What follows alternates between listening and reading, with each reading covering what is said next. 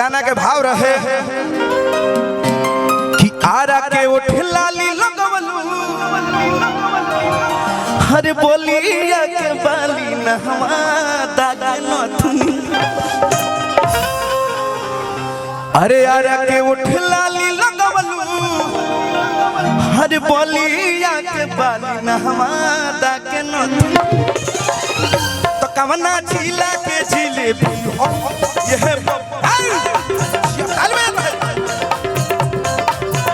कवना झीला के जिलेबी हो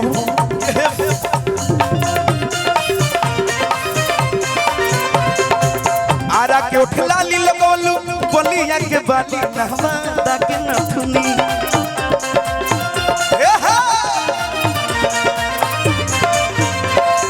मौसा जी ओ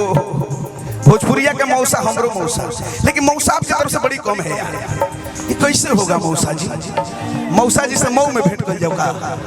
मऊ में ये देखिए हमारे कंपनी मालिकों से ये कौन बात भइल माने काम हम ज्यादा करते हैं तो हमरा ज्यादा मिले के चाहिए ना तो खित है ठीक बा भोजपुरी ट्यून्स की तरफ से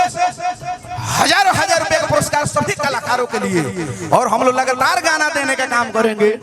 एक से एक भाइयों लोग के लिए भी हाँ ले लीजिएगा ये प्रेम नहीं तो और क्या है भोजपुरिया क्यों बना कर रखे हो दूरिया चैन पहन करके बेचैन कर रहे हो मेरे को हमार गला खाली बा बताओ भाई बताओ एगो तागा पहनले बनी हवा झुरु झुरु लागेला बाप 200 मिलियन दे के बाबू रे ई चैनवा रौरे दिहल जहां न पहुंचे रवि तहां पहुंचे कवि बड़ी तेज आदमी हो देख ली खैर कोई नहीं भाई आप पहने हो तो लग रहा है कि मैं भी पहना हूं लेकिन कोई बात नहीं ये जो पत्थर देख रहे हो बहुत कीमती पत्थर है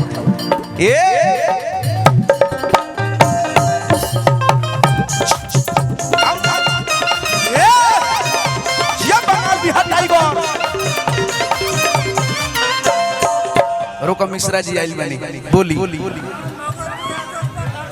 रामनगर याद राम भगत याद पड़ा रहा अमाओ भैया को पुरस्कार प्रणाम रोका लो जब पैसा हो तब बेचैन हो जाता समाज लड़का कहता कि पटना के पानी जवानी पझल के मल मलिया के हो दुपट्टा मल मल के कि हाजीपुर वाला हंसी मूरत मोहनिया मुस्की महाराज गज बहला बरनिया आइए मूड में हमारे तो पटना के पानी जवानी पझल के मल मलिया के हो दुपट्टा मल मल और यहाँ पर